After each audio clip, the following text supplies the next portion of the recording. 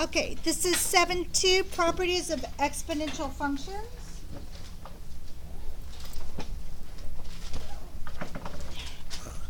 So it says our objective is to explore the properties of functions of the form y equals a times b to the x power. And the second objective is to graph exponential functions that have the base of e. So make sure you've got a yellow calculator and you've ripped out your 7-2 page. We're going to work on it. You will have some homework on this, but at least you'll have some worked in every section, so you've got a head start. Some finish, but most don't. All right, so now here's your bell work. It says, if f and g are exponential functions with the same base, notice that f is the one in black and g is the one in green, G for green. Is the graph of g, the green one here, is it a compression, a reflection, or a translation of the graph of f? So is the green one of these things to the f, the black function here? Or is it none of these? Justify your reasoning. So I'm going to give you a little note card and I want you to write in on the note card your answer. So I moved this,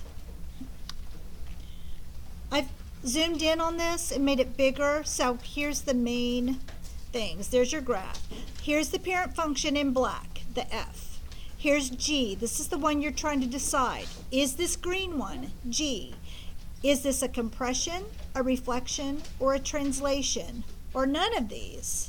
And tell me why. So I'm going to give you a note card now, and I want you to put your name and hour, and both names, first, last, and hour, in the upper right-hand corner, and then write your answer on this.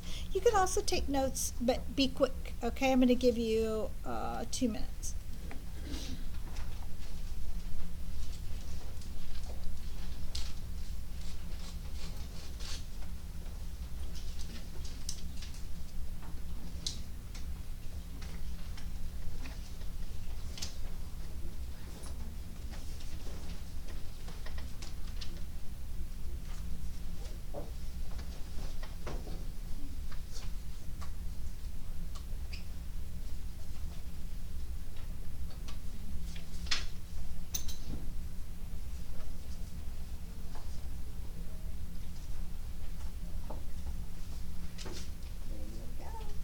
Alrighty.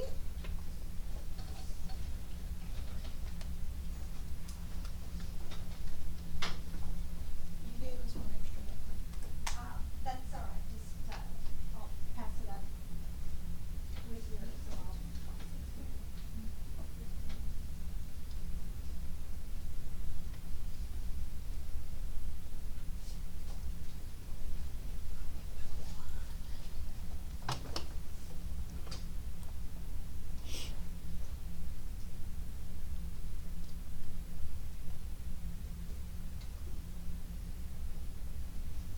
Pause the video and do a 10 minutes while this. Okay, we're back.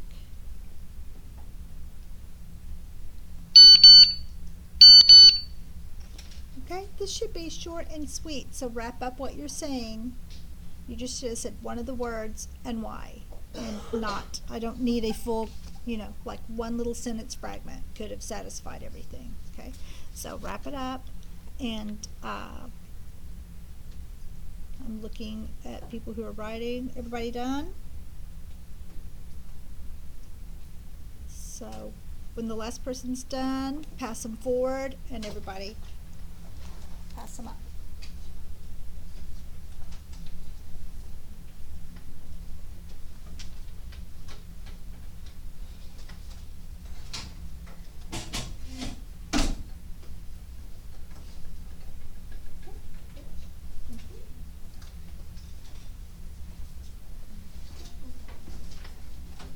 Make sure your name's on.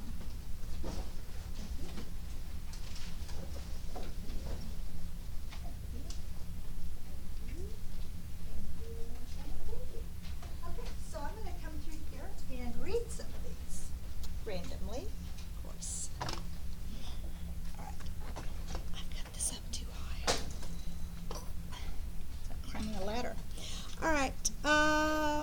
There's translation, none of the above because it shifts over and has a wider range. The line is a none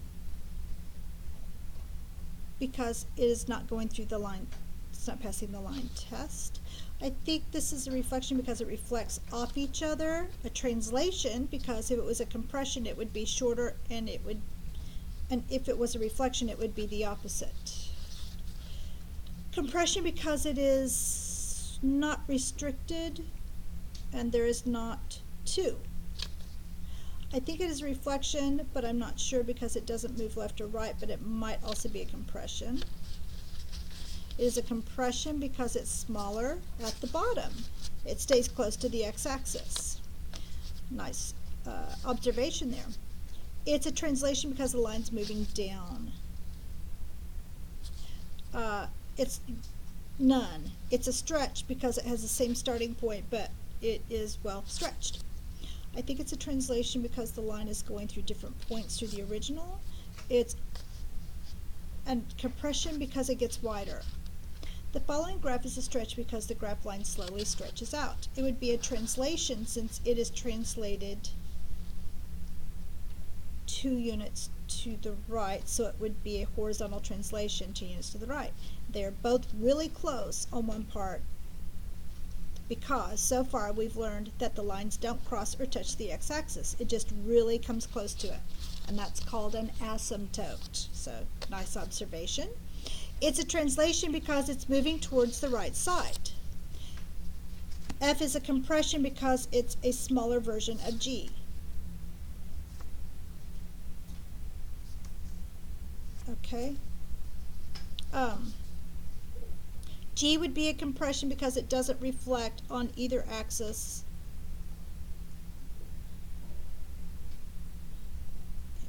And is not moved horizontally or vertically. It also gets wider and has a different slope. Translation because the position is going up. It would be a translation because it moves to the right. Translation because from the parent function is translating some units to the right on the graph. A translation because it moves over 2 spaces. It is a translation because it's translated downwards from F. A translation because you're moving to the original. I think the answer is translation because it is moving. So it seems like majority has it, that's a translation. Now let's look. If you truly had this tool that I have here, you would be able to graph it, draw over your pen, and move the pen. So let's take, I'm just going to draw this G, or actually I'll draw the F, because that's what we're trying to decide. Is G, oh boy, it's not very straight, but we'll play like it is. Now, sometimes it can be an optical illusion because you're seeing less of one graph than you are the other, right? Because we're seeing from here to here of the green, right? So we're seeing 1, 2, 3, 4, 5, 6, 7 units of it. Right here, we're seeing 2 units less of the black. So if this was to stretch out, would it be an exact replica? So sometimes it's an optical illusion as to what's going on. But what you could have done is taken certain points and seen, okay, and somebody said this, it's shifting 2 units to the right. Well, that point did. Did this one? 1, 2. Yes, it did. Did this one? 1, 2. Yes, it did. How about up here? That's about a quarter of the way over. So 1, 2. It appears to shift 2 units to the right. So it appears to be a translation. So that would be the best way for you guys to decide looking at this. Now, I've got this tool that lets me draw this. Now let's see if I can fit this in as an exact fit.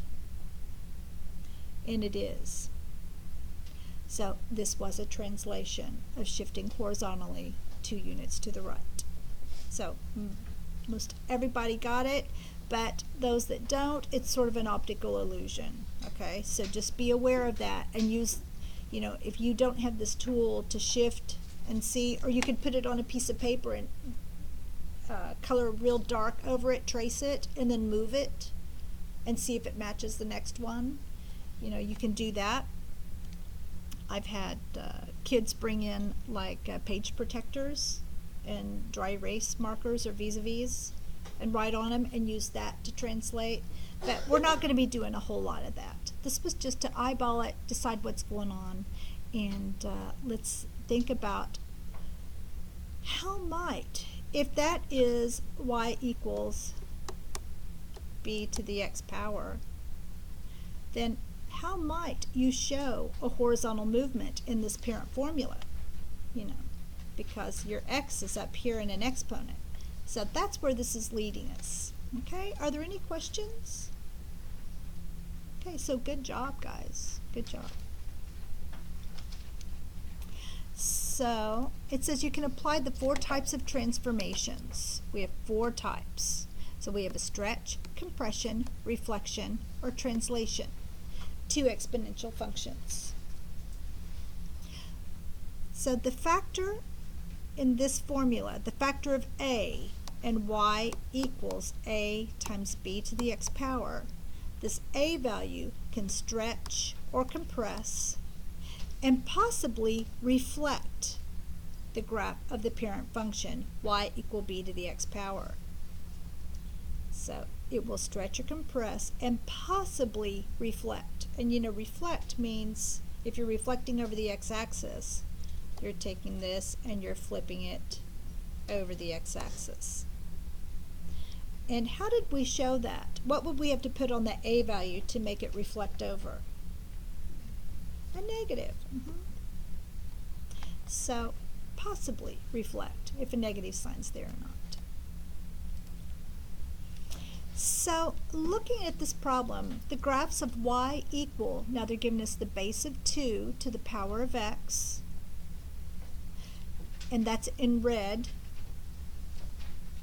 and the y equals 3 times 2 to the x power, which is in blue, are shown. So which one has the a value, the first one or the second one? The second one, because the a value is right there at 3. So would that be a stretch or a compression? A stretch. So this is the one in blue. Can you see how this red line got stretched by a factor of 3? See how it got pulled up? It's like taking a rubber band and just pulling it up. All right. So each y value of y equals 3 times 2 to the x power is 3 times the corresponding y value of the parent function y equals 2 to the x power. So here's one way to do this, and this is what we're going to do in our first problem. We're going to write our parent function. So whatever, if they gave us y equal 3 times 2 to the x power, we would say, oh, the parent function is y equal 2 to the x power. So let's graph that first. So pluck out your parent function, y equals 2 to the x power, and then we're going to graph that. Okay, so how did they pick the points for x? Well, just it's always about the same for all of our chapters. Just start at -2 and work your way up. If that doesn't work, you might grow a number or shrink a number. So here they do -2, -1, 0, 1, and 2. So that's just right there around the origin, right? So in the first column, they've got that parent function y equals 2 to the x power. So here we've got x is -2, so you have y equals 2 to the -2 power. Well, this is back to Algebra 1 again. Please put your phone away. And we've got y equals, when you have a negative exponent, it becomes 1 over that base to the positive exponent. Remember, that's an Algebra 1 rule. So 1 over 2 squared is 4. So that y value is 1/4. Okay, and same thing for the next one. You've got y equals 2 to the -1. which becomes 1 over 2 to the first power, which is just 1/2. And next you have y equals 2 to the 0 power, which is just 1. And this is y equals 2 to the first power, which is 2, and y equals 2 squared, which is 4. So we've got that first parent function, calculated points. Now let's graph it. So that's the one in red. Okay, so when you graph these points, -2, 1/4, -1, 1/2, 0 and 1, 1 and 2, and 2 and 4, and you connect it with a smooth line, you've got the graph in red.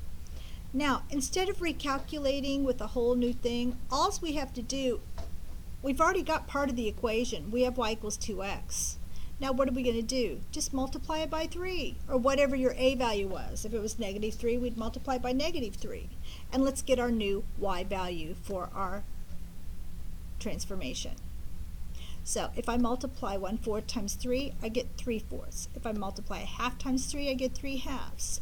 1 times 3 is 3, 2 times 3 is 6, and 4 times 3 is 12. Now when you plot these points, that's our new graph in blue.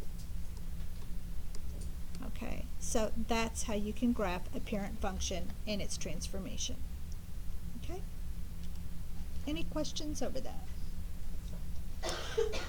Now that I've gone over that so tediously, I'm not going to go over problem 1 because it's just repetition. So let's turn to our first problem set, and I want you to look at these equations. On 7.2, it says write the parent function of each function, excuse me. So for number 1, they give us y equals 5 times 3 to the x power. So what's the parent function of that? So it's going to be y equals b to the x power. And right now, we've got a y equals a times b to the x power. So to get b to the x, it's this, y equals 3x. So your parent function is y equals 3 to the x power. Now do 2 and 3 quickly. They're just like that.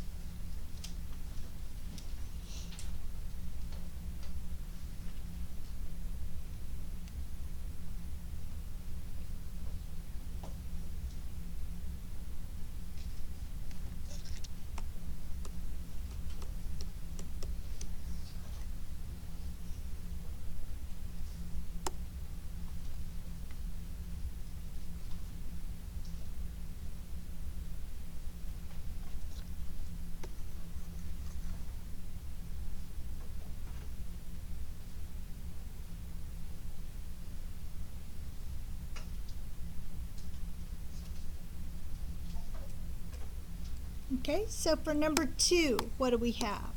They gave us y equals 7, 2, and in the power we've got x minus 3. So all we need is y equals b to the x power. So what are we going to get rid of? The -3, yeah, minus 3. So your parent function is y equals 7x. Okay, and then in number 3, we have y equals 6 to the x minus 2 plus 9. We're getting close to the whole formula there. All right, so what are we going to pluck out of this? So we don't have an a value. There's no a value. But I'm going to tell you now that's your h and that's your k. Okay, that's coming up. So we're going to get rid of that h. We're going to get rid of the k. And there's your parent function, y equals 6 to the x power. Okay? Any questions over that?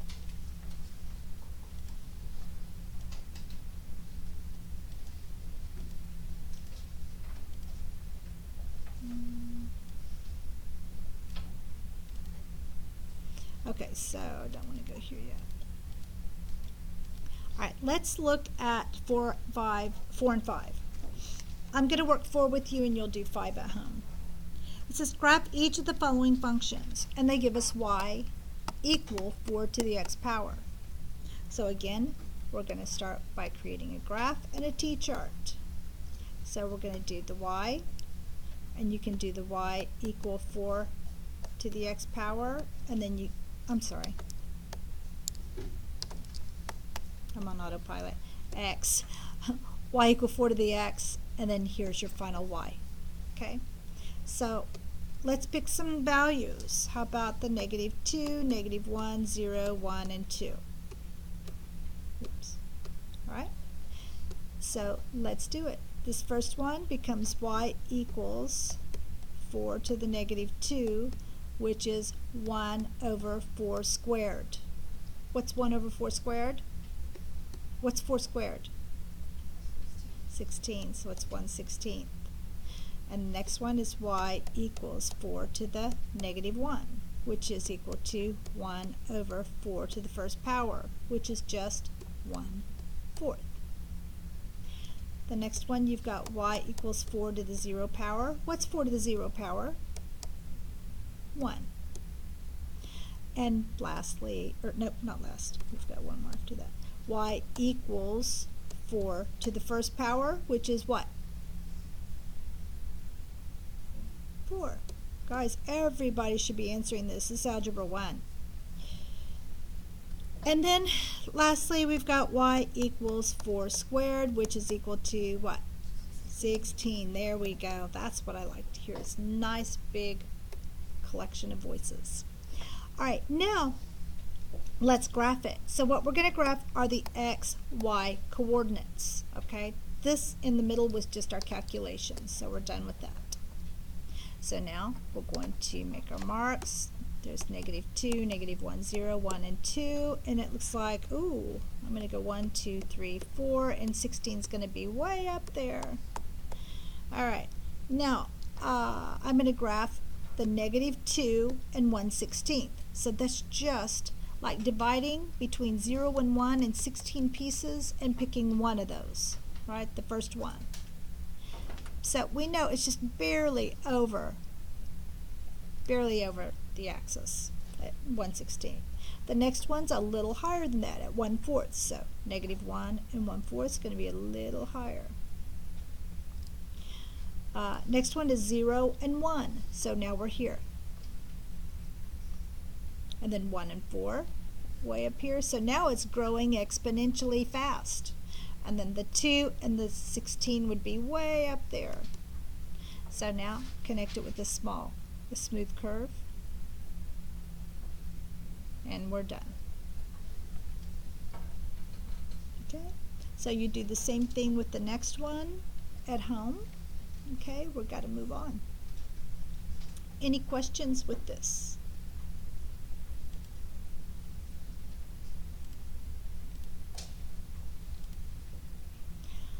All right, so let me delete some of this writing. Okay. So it says a horizontal shift y equals a times b to the x minus h power is the same as a vertical stretch or compression of this. Y equals a times b to the negative h times b to the x. So a vertical shift, y equals a times b to the x plus k, also shifts the horizontal asymptote from y equals 0 to y equal k. So we'll learn that this formula, whoops, I didn't show it yet. When you put it together, this is what it looks like right here. Y equals a times b to the x minus h plus k. So here is your a, that shows your stretch compression, or if it's negative, your flip over the x. And then here's your h, and note again that it's x minus h. So be careful of that. It's easy to get your signs confused. So there's your horizontal movement, and here's your vertical.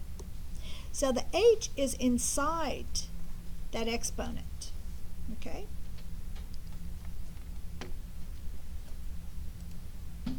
So this is, okay, so how are we going to show a translation? Well, why don't you just graph the parent function here? Look at it. Your parent function is y equals 2 to the x power. And then we've got a horizontal shift 4 units to the right. So just graph the parent function and shift it 4 units to the right. So let's do that. So when you pick these points, make your table of values, and again, it's just the same thing that we've been doing. So they have -2, -1, 0, 1, 2, and they added a 3. Okay, and 2 to the third power is 8. 2 to the second power is 4. 2 to the first power is 2. 2 to the 0 power is 1, and then there's our two negative fractions. So let's graph these. So we've got at -2 and 1/4. So here in the red, 1/4. -1 and 1/2 is right here. I guess I should use a darker color. There, there. And then we've got 0 and 1, 1 and 2, 2 and 4, and 3 and 8, which is up here. When you connect that, you get this red line. Now there's your parent function. Now, with that horizontal translation, we're just going to shift all these points over 4 units. So take this first point and go over 4. 1, 2, 3, 4 in the same spot. Second one, 3, 4 there. Third one, 1, 2, 3, 4 over there. At 2, you're going to go 1, 2, 3, 4 there, and 4, 1, 2, 3, 4, and at 8, 1, 2, 3, 4 there. So that's all you have to do. Now connect to your new dots. Clear that up, and then it's going to give you this line there. Any questions on that one? So sometimes it's easier just to graph the parent function. It's a lot less math. It's the most simple, it's the quickest way to do it. Graph your parent function and then look at your translation, shift it that way. Pick each point that you graphed and shift it around the axis. Okay? Here's another one.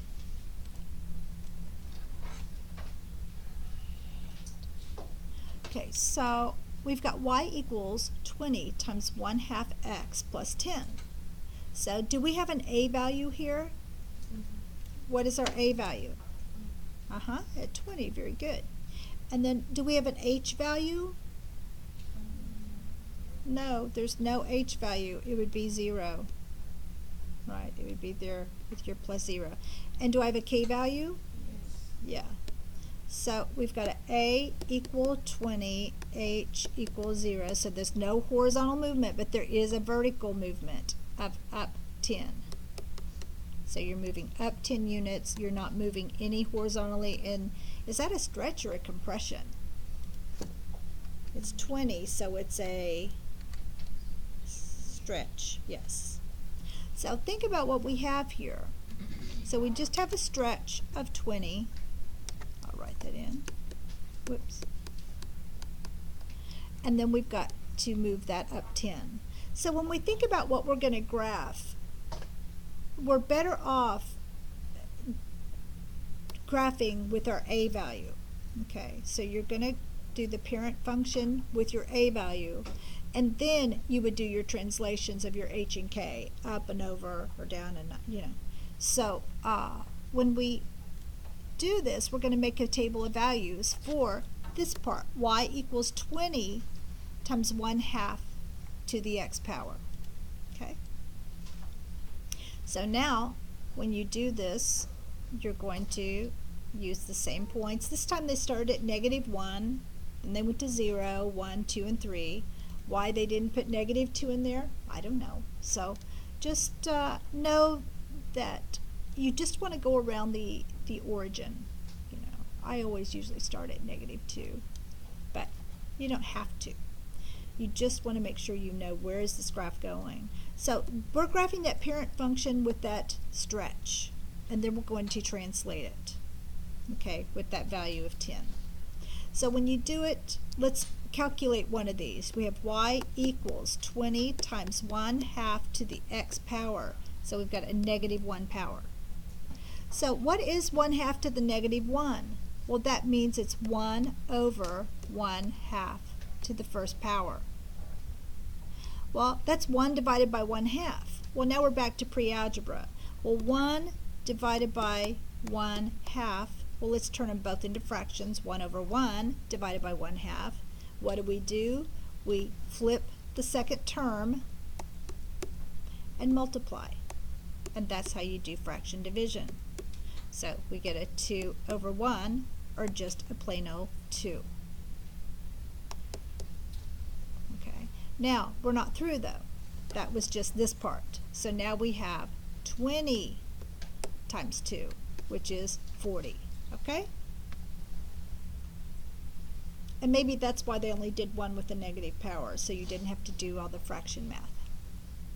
So we start off with negative 140. So it's way up here. And notice that each unit is 5, 5, 10, 15, 20, 25, 30, 35, 40. So back 5, or excuse me, negative 1 and up 40. So we're doing that. And it turns out to be the one in blue. Okay? So negative 140. So, oh, actually the x-axis is in units of 1. So that's your negative 1. So the y-axis is in units of 5. The x-axis is in units of 1. So negative 1 and 40 is there. Then when you do the 0 power, well, anything to the 0 power is just 1. 20 times 1 is 20. So we've got 0 and 20 there. 1 and 10 there. 2 and 5. And 3 and 2.5 right there. So we get this line in blue. Now, we've got those points marked on the graph. Now we want to translate all of those up 10.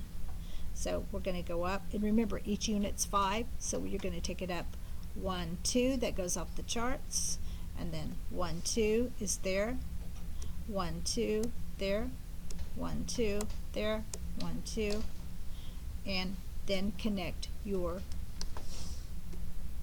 new points with a smooth curve. And that's how you graph those.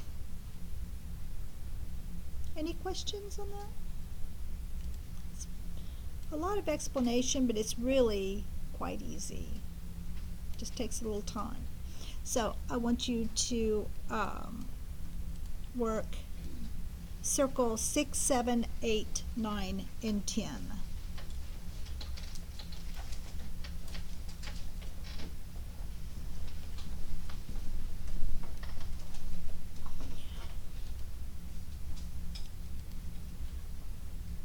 All right, so let's just do number 6 real quick and just look at it. Number 6 says identify the function as a compression, a reflection, or a translation of the parent function. So they show you in 6, you've got something like this. You've got one going like this, and it says that's y equal 2 to the x power. And they show you another one coming right in underneath it, and they say this is y equals 2 to the x minus 1. So by looking at it and looking at the equations, what is this? Is it a compression? It's a translation because it's just shifting. Is it shifting horizontally or vertically? Horizontally, because the k value is 0 because it's not there, and there's no a value because it would have been a number times 2 to the x minus 1, right? All right, so that's how you do those. And then it tells you on 9 and 10 you're reversing it. You're going to write a function of y equals 5 to the x minus 2, and they want you to vertically stretch that by a factor of 3. So what would that look like? What are we going to do to this to vertically stretch? So would that be a k value or would it be an a value? If we're stretching, a stretch or a compression is your a value, okay? So the thing that's throwing you is they say vertically stretch, but when you think about what this looks like, see, when you stretch it, you are stretching it in upwards, vertically stretching, okay? So a vertical stretch is just your a value. So if we're going to do it by a factor of 3, then it's going to look like what? There's your a value times 5 to the x minus 2. And that's, okay? Then you'll just have 10 to do, and you're almost done. Okay, let's look at our next set of problems. Any questions on that before I move on? Pretty easy, right? We're not going to use the graphing calculator. You're going to need your yellow calculator now, and we're going to talk about something called the value of e. Up to this point, we worked with rational bases, but exponential functions can also have irrational bases as well. One important irrational base number is the number e. And if you look on your yellow calculator, can you find it? Can you find an e to the x button on your calculator? Yeah. Right? How many down from the green second button is it? It's the second one down. Yeah, second button down from the green second function. We're going to learn how to use that. This is called natural base exponential functions, or exponential functions with a base of e. So these functions are useful for describing continuous growth or decay, and we're going to learn and introduce it now. So what this means is, as this line approaches infinity, positive infinity, your y value is going to equal e. So as x approaches infinity, y is going to be equal to e. Okay. So how do we work these? So if they ask you, let's look at number 11. It says, use the graph. So I want you to mark out the word graph and write calculator of y equals e to the x to evaluate each expression 4 decimal places. So what you're going to do, you've got number 11 says e to the 3rd power. So on your calculator, you want to turn it on, clear out whatever's there, and hit your second function, and then hit that e to the x button.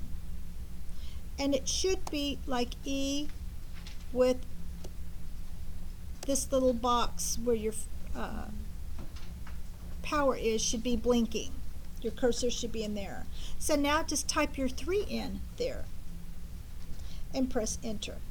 So it says e to the 3, and when you press enter, you get 20.08553692. Well, they said evaluate 4 decimal places. So let's go 1, 2, 3, 4. So right there. And 3 is underneath 5, so we don't need to round off.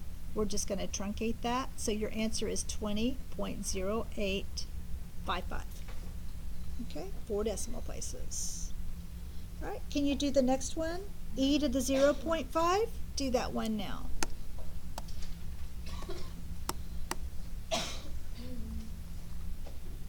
And then do the next one, e to the negative 4. And remember to use the negation button down at the very bottom row to do your negatives.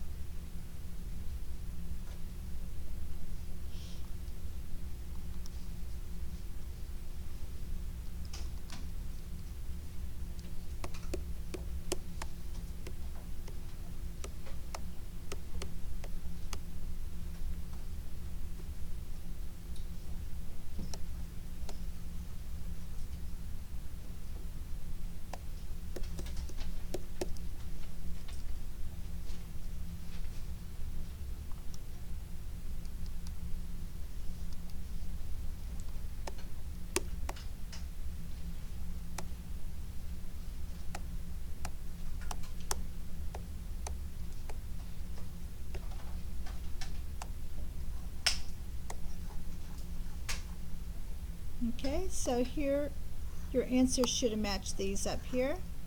Is there anybody who didn't get, for e to the 0.5 is 1.6487, and e to the negative 4 is 0.0183. Make sure you know how to calculate those because it's on the test. Okay? Any questions on that? Pretty easy, right? Now we're going to learn about continuously compounded interest. They talked about using the E value to work in real-world situations, and this is one of them. So the continuously compounded interest, we're going to fill out 14, 15, and 16 with this chart. So on number 14, well, first let me read what it is. To get this formula, you've got capital A of t, so the amount over time, is equal to capital P, which is your principal, times e to the RT. And the R is your interest rate annually, and T is your time in years. So on 14, it asks you to identify these for the continuously compounded interest. And they put the formula there right above 15 is the formula, so you're going to need that in the next two problems. But now we want to tell what is 14, what is P? And it tells us right here, P is the principal. So write principal on number 14.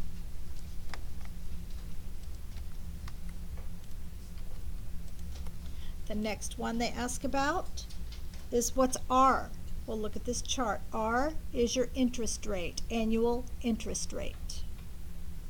So that's number 15. And 16, T, that's your time in years. So write those down. And now we're going to work 14, 15, and 16. Oh, we just did those. Sorry. Now we're going to work problem, let's just work 17 together. Look at 17. It says find the amount of continuously compounded account for the given conditions. And let me write the formula first. Capital A of t, that's the amount of time over time of the principal times e to the RT, rate and time. Okay. So we have principal on 17. We have principal equal 300. We have the annual interest rate, so that's going to be our R, right, equal 5%, which is equal to 0.05, right? And our A of 4, oh, so what is T? Notice it, yeah, it's 4 years, because in all this they've been writing A of 4 equal, A of 4 equal. The first one said A of t, and then they switched t to 4, so our t is 4. Okay, now let's calculate our equation. That's all there is to it. So let's take this A of t, and we know t is 4, equal the principal, which is 300, times e to the r, which is 0.05, times t, which is 4. All right. Now you want to calculate this first. I would do 4 times 0.05, and whatever that is, put that in your e to the whatever that answer is. Otherwise, you can do e, but when you go up here, make sure you open with a parenthesis. So type in a parenthesis and then 0.05 times 4, and then close your parenthesis and then hit enter. Okay, so I believe you'll have to use parentheses there. And then whatever that answer is, then you're going to multiply by 300. Okay? So do that and tell me what you get. I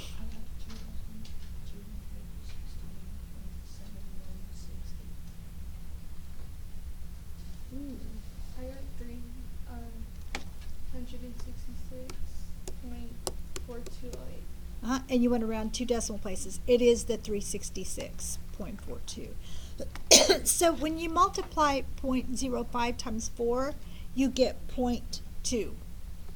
So now do e to the 0.2. And then multiply that times 300. Excuse me. Did it come out right this time? It's always, I'm horrible at calculators. So I said that all year. I just don't know why. I get it, but I can't. My fingernails hit the wrong keys. I'm just clumsy with them. But this is your answer, okay? So then I want you to work number 18, and then you're done, okay? We're not going to do 19. So was that nice and easy today? Does anybody have any questions about that? All right. So make sure that you finish the things that were circled because we didn't work everything. And then we'll turn it in first thing tomorrow. Okay? That concludes our lesson. Just 18, yes. So all in all, you have done 1 through 18, the whole lesson. 1 through 18, okay? And we've done most of it together. All right, thank you for watching. This concludes our video. This is the one I'm going to put out tonight.